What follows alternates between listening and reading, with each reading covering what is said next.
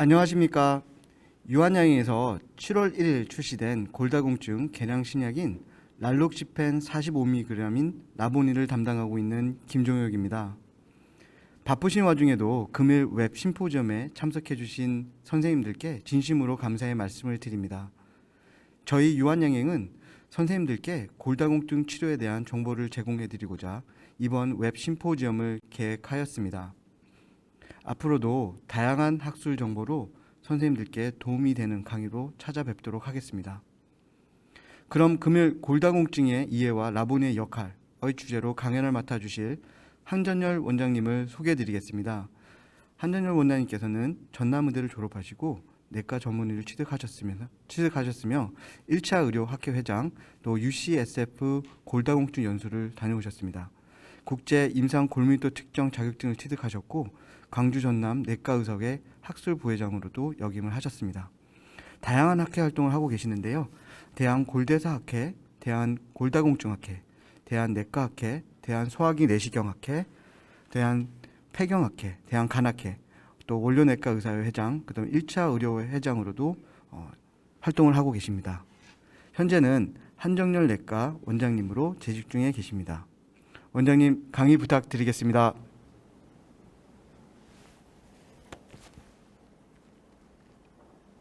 인생에서 가장 좋은 비타민은 열정이라고 합니다. 항상 열정이 넘치는 원장 한정열입니다. 반갑습니다. 저는 광주광역시에서 개원하고 있습니다. 여러 원장님들을 웨비나에 모시고 강의할 수 있게 돼서 무한한 영광입니다. 오늘 제가 말씀드릴 내용은 골다공증 진료, 그러니까 진단과 치료, 특히 랄록시펜을 중심으로 말씀드리도록 하겠습니다. 오늘 말씀드릴 내용은 골다공증에 대한 이해, 진단, 치료, 랄록시펜, 그리고 유한에서 나온 랄록시펜 제제인 라보니, 그리고 오늘 강의 썸머리 순으로 하도록 하겠습니다. 골다공증이라고 하는 것은 NIH 정의에 따르면 골 밀도의 감소, low bone mass하고 Microarchitectural Deterioration of Bone Tissue, 골 조직의 미세 구조의 파괴죠. 그러니까 골의 질, 골량과 골질이 문제가 생기면서 뼈가 취약해지고 그 결과 골절이 일어나기 쉬운 상태로 정의하게 되는데요. 이렇게는 임상에서 적용하기 어렵죠. 그래서 임상에서는 골 밀도를 가지고 T스코어를 가지고 골다공증을 진단하게 되는데요. 이 T스코어는 WHO에서 만든 것입니다. 그래서 BMD T스코어 2.5 스탠다드 데이비에이션 이하가 골다공증이고요.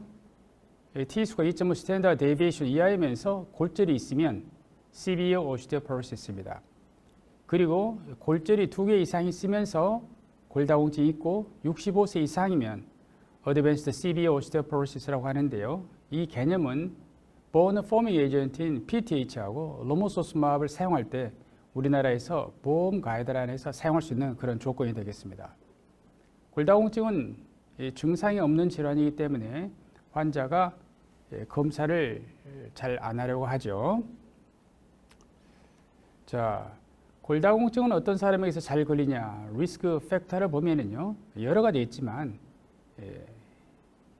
폐경후 여성입니다. 이것만 알면 됩니다. 폐경후 여성이 가장 중요한 리스크 팩터입니다. 생리가 끝난 여성이 진찰실에 들어오게 되면은, 폐경이 지난 여성이 진찰실에 들어오게 되면은 골다공증을 검사해야 된다라는 이러한 생각이 들어야만이 골다공증 환자를 잘 볼 수가 있습니다. 이것이 1차성 골다공증의 원인이죠. 나머지 것들은 골다공증을 일으키는 어떤 질환이나 약품, 약물, 그리고 생활 습관 이런 것들이 골다공증의 리스크 팩터가 되겠는데요. 폐경후 여성, 이것만 알면 되겠습니다. 골다공증 치료제로는 비스포스포네이트, 썸, 예전에는 켈시토닌, 에스트로겐 리플레이스먼트 세라피, 랑클 이니비터인 디노스맙과 보너 포밍 에이전트인 PTH, 로모소스맙 다양하게 많이 있습니다만 가장 많이 사용이 되는 것은 비스포스포네이트 썸이 많이 사용이 되고 최근에 랑클 이니비터인 디노스맙이 점차 사용량이 증가하고 있습니다. 골다공증 치료에 있어서 치료 충실도라고 하는 것은 매우 중요합니다. 치료 충실도라고 하는 것은 치료에 대한 순응하는 compliance하고 지속적으로 약을 먹는 persistent를 합친 개념입니다. 이것이 약제에 대한 adherence, 치료 충실도인데요. 특히 골다공증 약은 이 drug adherence가 매우 낮습니다. 특히 또 비스포스포네이트는 더 낮죠. 그래서 어떤 진단을 내려놓고도 환자가 약제를 먹지 않는다면 그것이 바로 하나의 리스크 팩터가 될 수 있고, 어떻게 하면 환자에게 치료 충실도를 높일 수 있을 것인가를 항상 생각해야 되겠습니다. 두 번째로 골다공증 진단입니다. 말씀드린 것처럼 골 밀도만을 가지고 우리가 골다공증을 임상에서는 진단하고 있습니다. 왜냐하면 골의 질을 평가하기 어렵기 때문이죠. 그래서 WHO T-스코어를 이용해서 골다공증을 진단하게 되는데요. T-스코어 마이너스 2.5 스탠다드 데이비에이션 이하가 골다공증이죠. 여기에 프랙처가 있으면 중증 골다공증, severe osteoporosis 또는 established osteoporosis라는 말을 사용하게 되고요. 이러한 골절이 2개 이상 있으면서 65세 이상이면 severe, advanced severe osteoporosis라는 용어를 사용하게 됩니다. 이제 골다공증에 대한 여러 가지 논문을 볼 때, 자료를 볼 때 척추골절, 비척추골절이라는 말이 나오죠. 그래서 골다공증 골절은 vertebral fracture하고 non-vertebral fracture로 나눕니다. vertebral fracture가 또 2개로 나누게 되는데요. radiographic vertebral fracture하고 clinical vertebral fracture가 있습니다. radiographic vertebral fracture의 약 4분의 1만이 임상 증상이 있는 clinical vertebral fracture입니다. 그러니까 허리가 아파서 병원에 와서 엑스레이 찍어보니까 골절이 와 있더라. 이것은 clinical vertebral fracture예요. 근데 집에서 허리가 삐었다고 생각하고 병원에 오지 않고 나중에 엑스레이 찍어보니까 골절이 있다. 이것은 radiographic vertebral fracture입니다. 그래서 임상에 따라서 critical vertebral fracture를 감소시켰다 또는 radiographic vertebral fracture를 감소시켰다라는 말을 사용할 때 이것을 잘 알고 계셔야 됩니다. 그러나 임상에서 대표적인 임상에서 사용한 프라이머리 엔드포인트는 모두 다 radiographic vertebral fracture를 사용하게 됩니다. 그 다음에 non-vertebral fracture는 스파인을 뺀 나머지 곳들이죠. 대표적인 hip fracture, codiceal fracture, proximal humerus fracture, distal tibial fibula fracture, 그리고 골반 골절, pelvic bone fracture, clavicular fracture 이런 것들이 non-vertebral fracture입니다. 골다공증을 진단함에 있어서 소라카 럼바 스파인을 찍게 되는데요. 이때 골다공증 골절을 진단하는 엑스레이 파인딩을 보겠습니다. 척추의 anterior, middle and posterior vertebral height가 있고요. 여기에서 posterior vertebral height에 비해서 anterior vertebral height가 낮아지게 되면 이것이 wedge compression deformity입니다. 20에서 25%는 mild compression deformity이고 26에서 40%는 moderate compression fracture입니다. 40% 이상은 severe compression fracture인데요. 이러한 것이 바디에 오게 되면은 biconcave deformity, posterior height가 낮아지게 되면은 cruciate fracture라고 합니다. 이것을 이해하고 있을 필요가 있습니다. 골다공증을 검사할 때는 TL 스파인을 찍게 되는데요. TL 스파인 레터럴 사진을 찍게 됩니다. 골다공증이 있으면서 TL 스파인에 골절이 있으면 이것을 severe osteoporosis라고 하게 되고, severe osteoporosis, 골절이 있게 되면은 골밀도 검사에 관계없이 골다공증 약제를 사용할 수가 있습니다. 우리나라 보험도 또 그렇게 되어 있습니다. 그다음 말씀드린 것처럼 radiographic vertebral fracture 25%가 clinical vertebral fracture입니다. 그러므로 fracture를 찾기 위해서는 TL 스파인을 찍어봐야지 알 수가 있습니다. 그 다음에 또 중요한 것 중에 하나를 우리가 간과하고 있는데요. 예를 들어서 60대 초반 여성이 골다공증이 있는 것보다는요, 골다공증이 없는 80대 여성이 골절이 덜 일어납니다. 우리는 항상 골밀도만 보고 이야기하지만 실제로 bone quality는 나이가 많은 분이 떨어져 있고, 특히 또 나이가 많으면 falling, 넘어짐이 많죠. 그렇기 때문에 골절의 위험이 증가되어 있습니다. 그러므로 나이가 많이 드신 분들 골다공증 검사를 하고 골밀도가 좋다 해서 괜찮습니다라고 말하는 것보다는 골 밀도는 괜찮지만 넘어지지 않도록 조심하시기 바랍니다. 이렇게 이야기는 해주시는 게 좋습니다. 그 다음에 BMD의 의미에서 원 스탠다드 데이비에이션의 의미는요. 원 스탠다드 데이비에이션이 떨어지게 되면요. 프랙처가 2배 더 증가합니다. 예를 들어서 T스코어 0인 사람에 비해서 T스코어가 마이너스 3인 사람은 약 8배 정도 프랙처가 더 잘 일어납니다. 이번엔 세 번째 골다공증 치료에 대해서 말씀드리겠습니다. 우리가 심혈관 질환을 감소시키기 위해서 심혈관 질환 리스크 팩터들을 우리가 찾아내고 치료를 합니다. 고혈압, 당뇨, 디슬리피데미아를 진단하고 치료하지만 환자가 약제를 잘 먹지 않는다면 컴플라이언스가 떨어지게 된다면 그것은 의미가 많이 떨어지게 되겠죠. 그래서 이 환자의 poor adherence는 또 다른 리스크 팩터입니다. 특히 이제 골다공증 환자들이 약을 잘 안 먹는 경우 이것이 바로 또 다른 하나의 리스크 팩터가 됩니다. 그래서 어떻게 하든지 간에 약을 잘 먹을 수 있도록 해줘야 되겠습니다.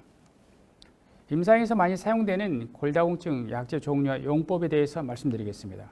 비스포스포네이트 제형은 4가지가 있죠. 알렌드로네이트, 리세드로네이트, 이반드로네이트, 조레드로네이트 4가지 종류가 있고요. 그리고 최근에 많이 사용하게 된 디노스마, 상품명 프롤리아가 있죠. 그 다음에 랄록시에펜 있죠. 랄록시에펜은 이번에 유관에서 나오는 라보니가 바로 랄록시에펜 제제입니다. 매일 먹게 됩니다. 각각은 알렌드로네이트, 리세드로네이트는 대개 once a week를 많이 사용하게 되고 이반드로네이트는 once a month 제형을 사용하게 되죠. 주사제로는 이반드로네이트, 조레드로네이트는 IV 비스포스포네이트에 해당이 되겠습니다.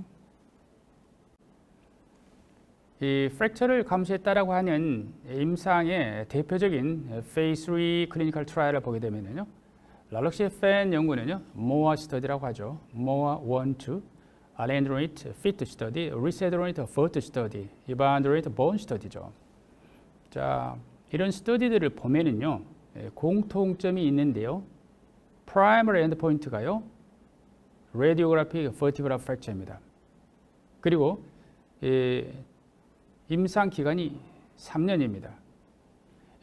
그리고 원스 어 데이 약제로 가지고 골절을 예방했다는 것을 증명을 하였습니다.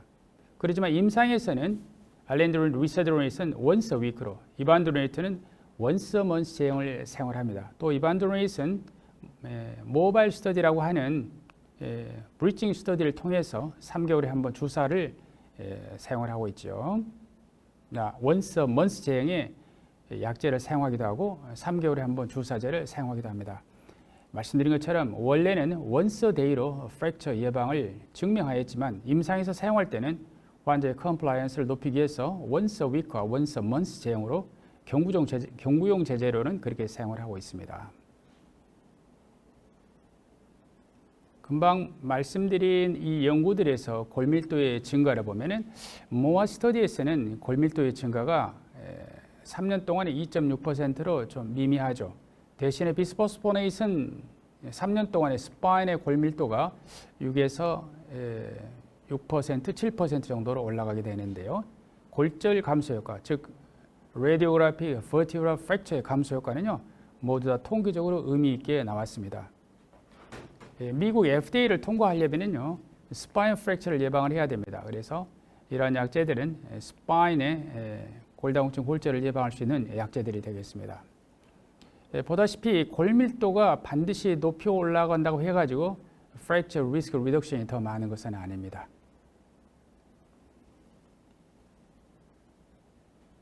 골다공증 치료 목표는 골밀도의 증가가 아니고 골절 예방이죠. 그래서 이것은 골절 예방 효과를 본 인다이렉트 컴패리전 연구인데요. 보면은 랄록시펜이나 비스포스포네이틴, 알렌드로네이트, 리세드로네이트과 스파인 프랙처 예방 효과는요 비슷한 것을 볼 수가 있습니다. 여기는 보면은 베이스라인에서 버티브럴 프랙처 없는 사람을 대상으로 했었을 때 얻은 결과입니다. 즉 랄록시펜이 비스포스포네이트보다 스파인 골절을 예방하는 데 있어서 non-inferior하다는 것을 볼 수가 있습니다.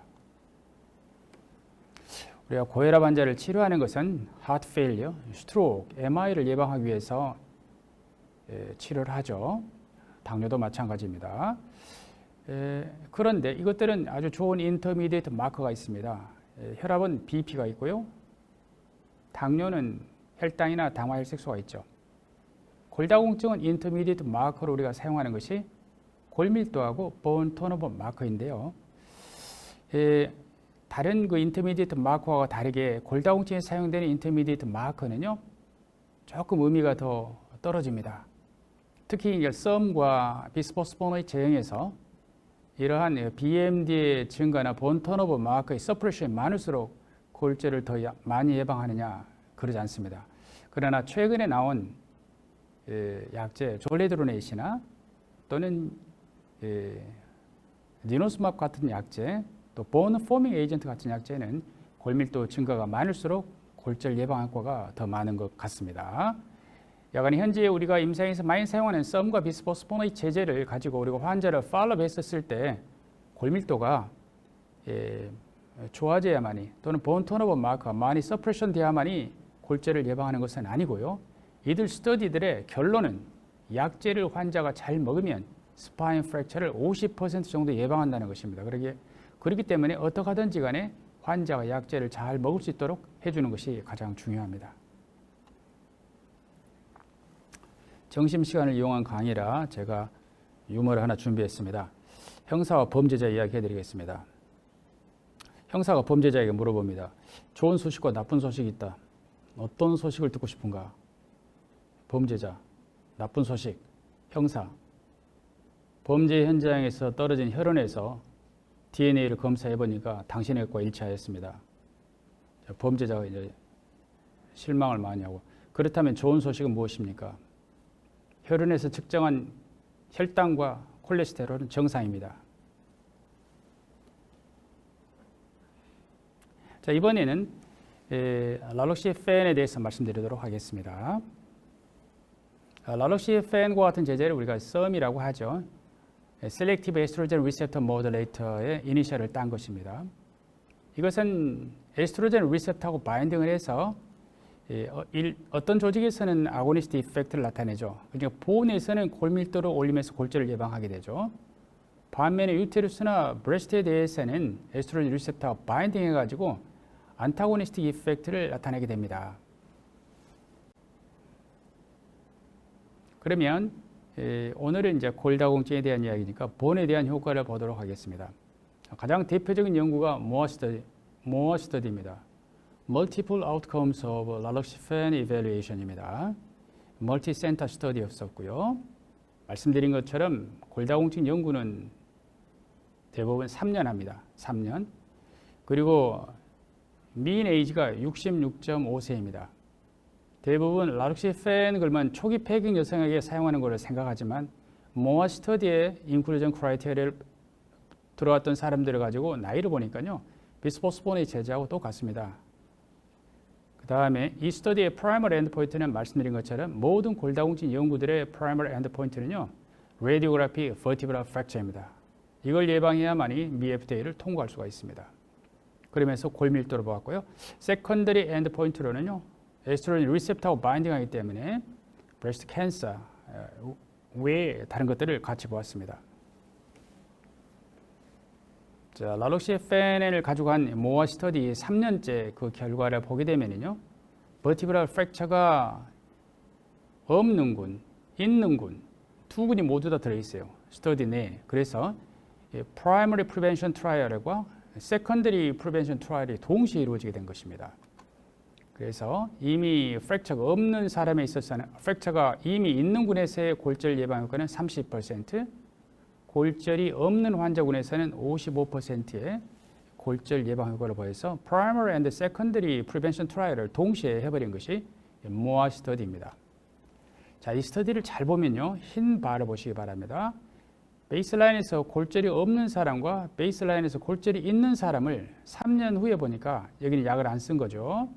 3년 동안에 베이스라인에 프랙처 없는 사람은 약 4% 정도 골절이 일어나지만 베이스라인에서 버티브럴 프랙처가 있으면 약 20%에서 골절이 일어나기 때문에 베이스라인에서 스파인 프랙처가 있으면 약 5배 정도 골절 위험성이 높습니다.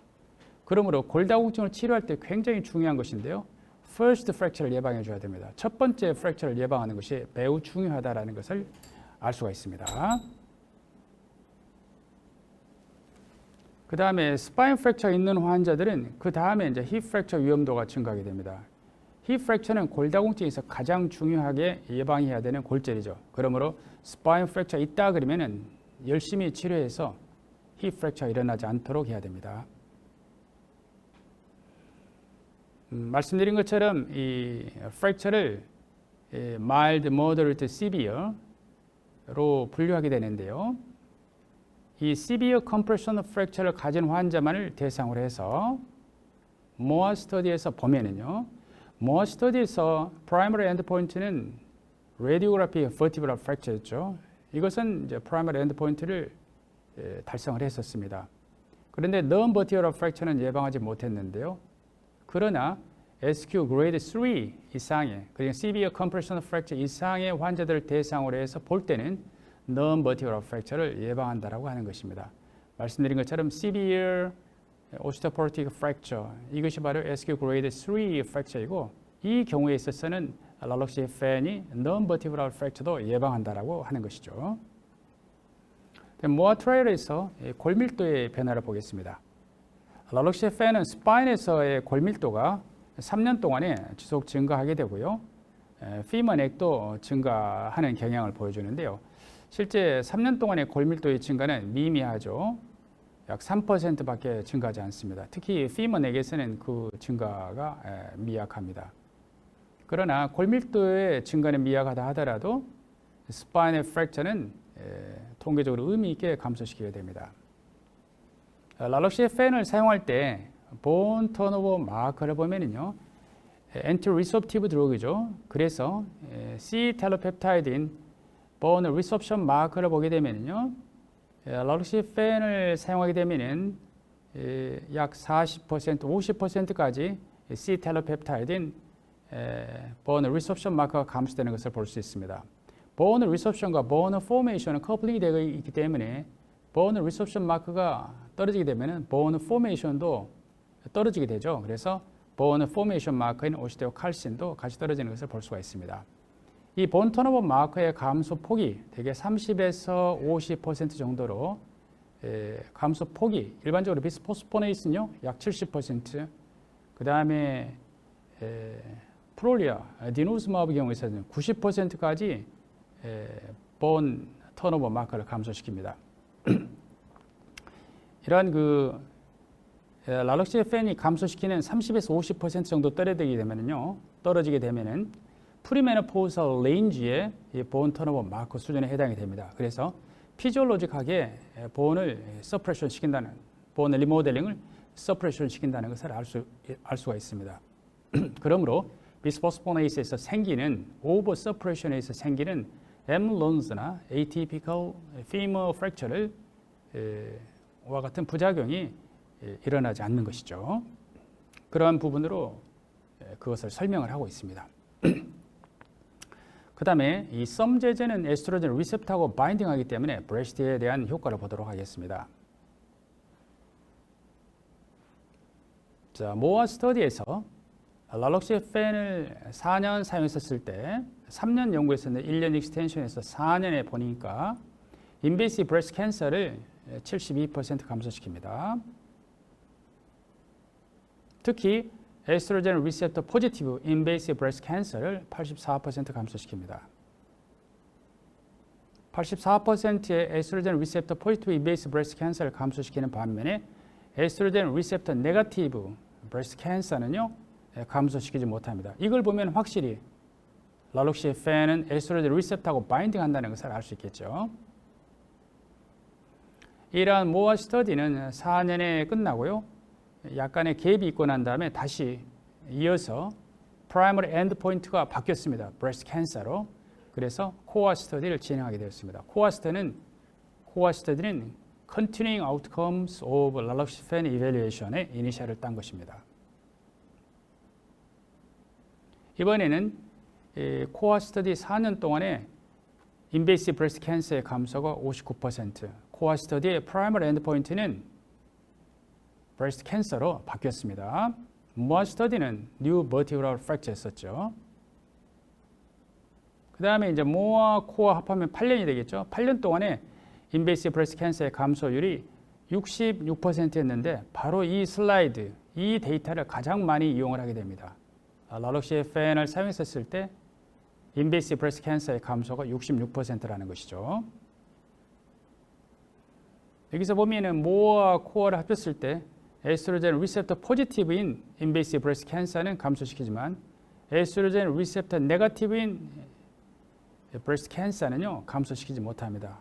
확실히 썸이라고 하는 제제는 에스트로겐 리셉터하고 바인딩함으로써 한쪽에서는 안타고니스트 이펙트를 보이는 것을 볼 수가 있습니다. 우리나라에서는 라록시펜이 골다공증의 예방과 치료 쪽에 승인이 나 있지만 미국은요 폐경후 여성의 골다공증 예방과 치료입니다. 그리고 골다공증을 가진 포스트메노포서 위민에 있어서 인베이시브 브레스트 캔서의 리스크의 감소 이러한 적응증이 있고요. 또 하나는 인베이시브 브레스트 캔서 하이리스크 환자에 있어서 포스트메노포서 위민에서 인베이시브 브레스트 캔서의 감소를 해가지고 골다공증 외에도 인베이시브 브레스트 캔서의 리스크의 감소 목적으로 라록시펜을 미국에서는 사용할 수가 있습니다. 우리나라의 브레스트 캔서 환자 중에서 에스트로겐 리셉터 포지티브는 어떻게 되는가 보면은 약 70%가 에스트로겐 리셉터 포지티브 브레스트 캔서입니다. 이걸 참고하시기 바랍니다. 이번에는 라록시펜의 세이프티 프로파일을 보도록 하겠습니다. 라록시펜을 사용할 때 가장 많이 우리가 보는 이 부작용, 부작용이라기보다는 불편한 점이죠. 불편한 점으로 가장 많이 호소하는 것이 하프플래시입니다. 이 하프플래시가 모어 스터디를 보면요, 약 10% 정도 나옵니다. 그 다음에 프리벤션 스터디라고 하는 것은 폐경 초기 여성들을 대상으로 하였기 때문에 더 하프플래시가 많겠죠. 원래도 하프플래시가 있는데다가 부작용으로 하프플래시가 있기 때문이죠. 이런 불편한 점이 생길 수 있습니다. 그 다음에 이제 다리에 쥐가 난다는 사람이 있습니다. 라록시펜을 사용할 때 이것을 이러한 그 부작용이 있다는 것을 모르게 되면은 모를 수밖에 없죠. 왜 다리에 쥐가 나는지. 네, 모아 스터디에서 보면 약 10%에서 라록시펜을 사용할 때 다리에 쥐가 난다고 하는 것을 알 수가 있습니다. 그 다음에 썸 제제의 단점인 피너스 롬보 엠볼리즘인데요. 피너스 롬보 엠볼리즘은 호르모널 테라피나 타목시펜에서도 거의 비슷한 정도의 발생을 보입니다. 다행인 것은 에이시안을 대상으로 한 라록시펜 연구에서 미너스 롬보 엠볼리즘은 발생하지 않았다는 것인데요. 에이시안 스터디뿐만 아니고 일본에서 나온 연구들도 보면은 VT가 발생하지 않는다라고 하였습니다. 이것은 아마도 인종적인 차이 때문에 팩터 5 오브 레이든이라고 하는 진이 없기 때문인 것으로 생각을 하고 있습니다. 아무리 그렇다 하더라도 비너스 롬보 엠볼리즘의 리스크가 있기 때문에 장기간 동안 움직이지 못하는 경우, 즉 환자가 상태가 안 좋아서 배드리든 되었다 이런 경우에 있어서는 비너스 롬보 엠볼리즘을 피하기 위해서 라록시펜을 끊어줘야 되겠습니다. 이번에는 라록시펜 제제 라본에 대해서 말씀드리겠습니다. 라록시펜은 국내에서 사용이 되고 있는 것은 60mg이죠. 라보니정은 45mg입니다. 라보니정은 나노 테크놀로지를 이용을 해가지고 표면적을 늘림으로써 체내 흡수율을 증가시켜가지고 같은 효과를 나타낼 수가 있습니다. 60ml 대비 45mg이기 때문에 야갈의 크기가 줄어들어서 복약 편의성이 개선이 되었습니다. 기존의 라록시펜 제형의 크기가 이렇다면 마이크로나이즈드 테크놀로지를 이용한 라보니 캡슐은 작아서 서피스의 면적이 넓기 때문에 흡수율이 좋아서 두 군간에 비교를 한 연구 바이오 이퀴벌런스 테스트를 보도록 하겠습니다. 생물학적 동등성 시험에 있어서 Cmax랄지 또는 Tmax 그리고 에어리 언더 더 커브가 완전히 겹치는 것을 볼 수가 있습니다. 두 약물 간의 생물학적 동등성을 입증하였습니다. 기존의 라로시펜과 60mg과 라보니 45mg의 생물학적 동등성을 입증하였습니다. 다음에 이상 반응은 두 군간에 차이가 없었습니다. 라보니정은 60mg 대비 45mg이기 때문에 사이즈가 적어서 환자의 복용 편의성을 향상시킬 수가 있겠습니다. 금년 7월 1일에 출시된 것은 라록시펜 45mg인 라보니정이고요. 금년 9월 1일부터서는 바이타민 D 콜캐시페로 800 인터내셔널 유닛이 들어있는 라보니 D정이 출시할 예정입니다. 말씀드린 내용을 한번 정리해 보면 라록시펜은 폐경 후 여성의 예방과 치료에 인디케이션이 있습니다. 남성은 안 됩니다. 그리고 폐경 전 여성도 되지 않습니다. 그리고 싱글 데일리 도수로 현재는 60mg 원스 데이인데요. 라보니 같으면 45mg 원스 데이가 되겠죠.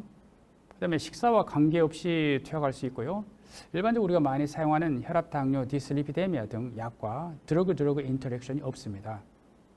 그 다음에 아주 장점은요, GI 트러블이 없기 때문에 환자가 약을 먹고 난 다음에 GI 트러블을 호소하지 않는데요. 저는 환자가 GI 트러블을 호소하면 원래 위가 안 좋으신가 봐요. 그렇게 말씀을 드릴 정도입니다. 라록시펜은 폐경 후 여성에 투약하는 약이지 폐경 전 여성에 투약해서는 안 됩니다. 남성도 안 됩니다. 에스트로겐 리셉터하고 바인딩하는 약이죠. 근데 비스포스포네이스 사용할 때 환자가 GI 트러블이랄지 머스큘러스켈리탈 페인 이런 부작용이 있죠. 이런 거 있을 때는 썸 제제가 좋은 대안이 될 수 있습니다. 근데 비스포스포네이스는 드러그 할리데이가 있잖아요. 경구용 약제 5년, 주사제 IV 졸레드로네이스를 6년 이상 사용한 경우에 있어서는 드러그 할리데이를 고려하게 되는데요. 만약에 골다공증이 있다면 지속적으로 그런 약들을 사용을 해야 되고 골다공증에서 벗어났다 하더라도 비스포스포네이스에 대한 염려, 즉 엠론즈나 atypical femur fracture에 대한 염려가 있다면 그때 썸 제제로 바꿔서 계속 치료하면 좋은 선택이 되겠습니다. 그 다음에 혈압, 당뇨, 디슬리피데미아처럼 치료 이미 먹고 있는 약이 있다 그러면 원스 데이 제형이기 때문에 매우 컴플라이언스가 높고요. 특히 브레스트 캔서 예방 효과가 있기 때문에 이 점을 설명해 주게 되면 환자의 컴플라이언스가 매우 좋습니다. 오늘은 골다공증의 이해, 진단, 치료, 라록시펜에 대한 임상으로 대표적인 모아 스터디 그리고 유한에서 나온 라보니에 대해서 말씀드렸습니다. 이상입니다. 감사합니다.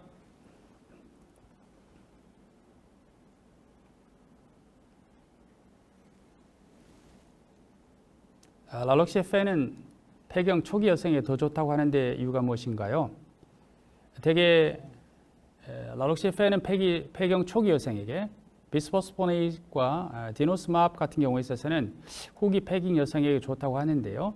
라록시펜은 예방을 하는 것이 스파인 프랙처, 버티컬 프랙처를 예방을 하죠.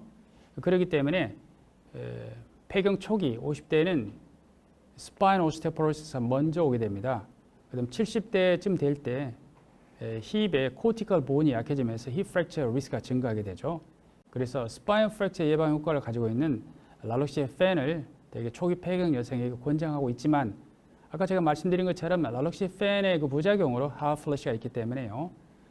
갱년기 증상이 있는 여성에게서는 오히려 라록시펜이 좀 불편할 수도 있습니다. 그래서 스파인 프랙처 예방 효과가 있는 라록시펜을 초기 폐경 여성에게 권장하고는 있지만 모아 스터디에서 보다시피 평균 나이가 66세입니다. 그래서 꼭 초기 폐경 여성이 아니라 어느 나이라 하더라도 스파인 오스테오포로시스가 있으면 라록시펜의 좋은 효과를 기대할 수가 있습니다. 그렇습니다. 라록시펜은 부작용이 적은데요. 제가 임상 중에서 사용하다 겪은 부작용은 무엇인가 여쭤보셨는데요. 말씀드린 것처럼 에스트로겐 리셉터하고 바인딩을 하기 때문에요. 이때 또 안타고니스틱 이펙트를 보이게 되면 하프 플러시가 나타날 수가 있겠죠. 그 다음에 다리에 쥐가 난다고 할 수가 있습니다. 그래서 이러한 경우인데요. 이 두 가지는 부작용이라기보다는 불편한 점이라고 생각하시면 됩니다. 이건 해결이 가능하고요. 다른 약제로 바꿔주시면 됩니다. 심한 경우에 있어서는 다리에 쥐가 날 때는 다른 병원에서라도 썸 제제를 사용하고 있는지, 또는 요즘에 스타틴 많이 사용하시니까 스타틴의 부작용으로서 다리우치가 나는 것은 아닌지, 이런 것을 고민해 보면 될 것 같습니다.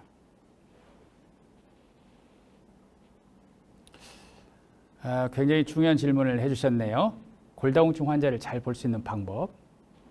우리가 내과 환자가 진찰실에 들어올 때 혈압을 측정하지 않는 경우는 없죠. 다 혈압을 측정하고 진찰실에 들어옵니다.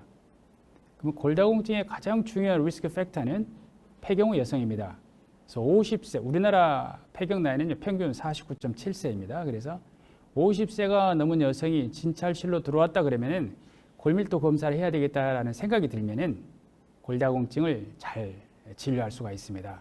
그래서 환자에게 골다공증을 잘 권해야 되겠는데요. 대부분 증상이 없는 초기 폐경 여성들에게 잘 권장하는 방법, 잘 이야기하는 방법은요. 폐경 후에 키가 줄고 허리가 굽는 병입니다.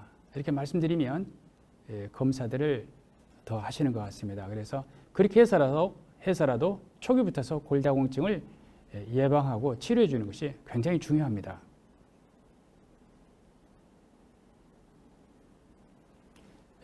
강의 잘 들었습니다. 덱사와 QCT 외에 어떤 검사가 보험이 가능할까요? 골밀도 검사로서 초음파 방식이 있는데요. 초음파 방식은 사용해서 T스코어가 나왔다 하더라도 보험으로 약을 쓸 수 있는 것은 6개월만 사용할 수가 있습니다. 그러므로 초음파 방식으로 골다공증이 진단되었을 때는 다시 덱사 방식으로 찍어보는 것이 좋겠습니다. 그리고 이제 본 턴오버 마커 이용을 해서 본 리소프션이 빠른지 늦은지 이런 것도 볼 수 있고요. 그 다음에 세컨더리 오스테오포로시스의 중요한 원인 중에 하나인 바이타민 D 부족이 있죠. 그래서 바이타민 D 검사 같은 것을 하게 됩니다. 말씀드린 것처럼 TL 스파인 꼭 찍으셔서 프랙처가 생긴 사람 4사람 중에 한 사람만이 클리니컬 버티브럴 프랙처를 아시고 TL 스파인을 꼭 찍어보시기 바랍니다. 호르몬 요법과 비호르몬 요법, 병용 요법은 되지 않습니다. 그래서 HRT하고 랜드로잇을 사용할 때는요. 병명을 2개 넣으면 됩니다. HRT는 갱년기 증상을 넣고요. N95.1입니다. 그 다음에 비호르몬 요법, 예를 들어서 비스포스포네이트 제형을 사용할 때는요. 골다공증 병명을 또 넣어야 됩니다. 그런데 호르몬 치료하고 썸 제제의 컨비네이션은 좋지 않습니다. 왜냐하면 같은 에스트로겐 리셉터를 두고 경쟁적으로 작용할 수가 있습니다. 그래서 저는 이 비스포스포네이트하고 에스트로겐 리플레이스먼트 세라피를 같이 할 때는 2개의 병명을 넣게 되고요. 보험에서 문제는 없었습니다. 건강보험 적응증은 어떻게 되나요? 이 건강보험 적응증은 따로 공부를 다른 질환하고 다르게 공부를 많이 하셔야 됩니다. 골다공증 진단, 골다공증 치료에 있어서 복잡하죠. 특히 진단도 복잡하지만 치료에 있어서 보험의 기준들이 다 다릅니다. 그래서 따로 공부를 해야 되는데요. 랄록시펜 같은 경우에 있어서는 T스코어 마이너스 2.5 스탠다드 데이비에이션 이하면 약제를 보험으로 처방할 수가 있습니다. 그 다음에 오스테오피니아라 하더라도요. 골절이 있으면 골다공증 약제를 사용을 하는 것이 뼈의 본 퀄리티를 좋게 함으로써 골절을 예방할 수가 있습니다. 많은 질문들을 해주셔서 대단히 감사합니다. 오늘 좋은 기회, 좋은 자리에서 이렇게 말씀드릴 수 있게 되어서 기쁘게 생각합니다. 감사합니다.